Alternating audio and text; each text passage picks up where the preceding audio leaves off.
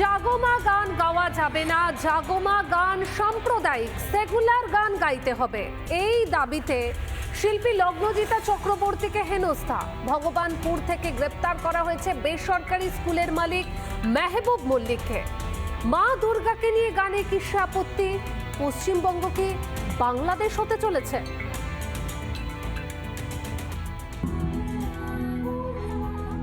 এই গান নাকি সাম্প্রদায়িক। অভিযোগ, এই গান গাওয়ার জন্য হেনস্থার শিকার হয়েছেন শিল্পী লগ্নজিতা চক্রবর্তী। দেখলাম একজন মানুষ দৌড়ে স্টেজে উঠে এলেন, বোঝার আগেই আমি দেখলাম যে উনি প্রায় আমার এখান অবধি চলে এসছেন। ভাববেন যে উনি আমাকে মারতেই উঠেছিলেন, মারতে পারেন না, এবং যখন ওনাকে টেনে নিয়ে যাওয়া হচ্ছে উনি চিৎকার করে বলেন, অনেক জাগমা হয়েছে, এবার একটু সেকুলার গা। শনিবার পূর্ব মেদিনীপুরের ভগবানপুরের এক বেসরকারি স্কুলের মঞ্চে ছিলেন লগ্নজিতা। সেখানে জাগমা গান শুরু করলে হেনস্থা করা হয় বলে অভিযোগ। অভিযুক্ত স্কুলের মালিক মেহবুব মল্লিক। এখানকার তৃণমূল নেতা মেহবুব মল্লিক তিনি মনে করেন যে এই গানটা সাম্প্রদায়িক গান, একটা সেকুলার গান শোনাতে হবে তাকে, এই ধরনের গান গাওয়া যাবে না। আমি জানতে চাই রাজ্য সরকারের কাছে যে পরিস্থিতিটা কি প্রায় বাংলাদেশ বানিয়ে দিয়েছেন।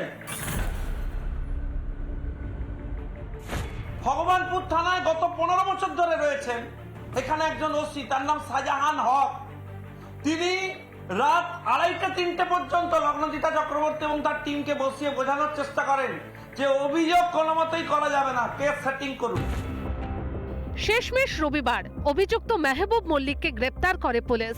না, এটা দুর্ভাগ্যজনক আছে। আমরা প্রাথমিক তদন্তে যেটুকু পেয়েছি তাতে ওই যে মেহবুব মল্লিক বলে যে আছে এবং যেভাবে মারমুখী হয়ে উঠেছিলেন, হি ওয়াজ অ্যাবসকন্ডিং। আমরা সকালে ওকে অ্যারেস্ট করেছি। এসডিপিও লেভেলের অফিসারকে দিয়ে আমরা ওসির এগেনস্টেও একটা ডিপার্টমেন্টাল এনকোয়ারি আমরা ইনিশিয়েট করেছি। হেনস্থার অভিযোগ উড়িয়ে গানের মধ্যে ধর্ম খুঁজে পেলেন ধৃতের ভাই। বলা হয়েছিল, রিকোয়েস্ট করা হয়েছিল, ম্যাডাম আপনি ধর্মীয় গান ছেড়ে, যেহেতু স্কুলের প্রোগ্রাম, আপনি যে কোনো সেকুলার গান গান। এটাতে ওনার খারাপ লেগেছে। উনি একটু বাড়তি টাকা যেটা চেয়েছিলেন আমরা দিতে রাজি না হয় উনি থানায় গিয়ে এগুলো কমপ্লেন করেছেন। দেবী দুর্গাকে নিয়ে গান, সেটাও গাওয়া যাবে না? এ কোন পশ্চিমবঙ্গ তৈরি করছে তৃণমূল? রিপাবলিক বাংলা।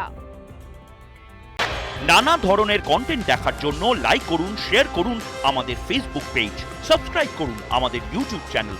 পাশাপাশি অন্যান্য ব্রেকিং নিউজের জন্য অবশ্যই চোখ রাখুন রিপাবলিক বাংলায়।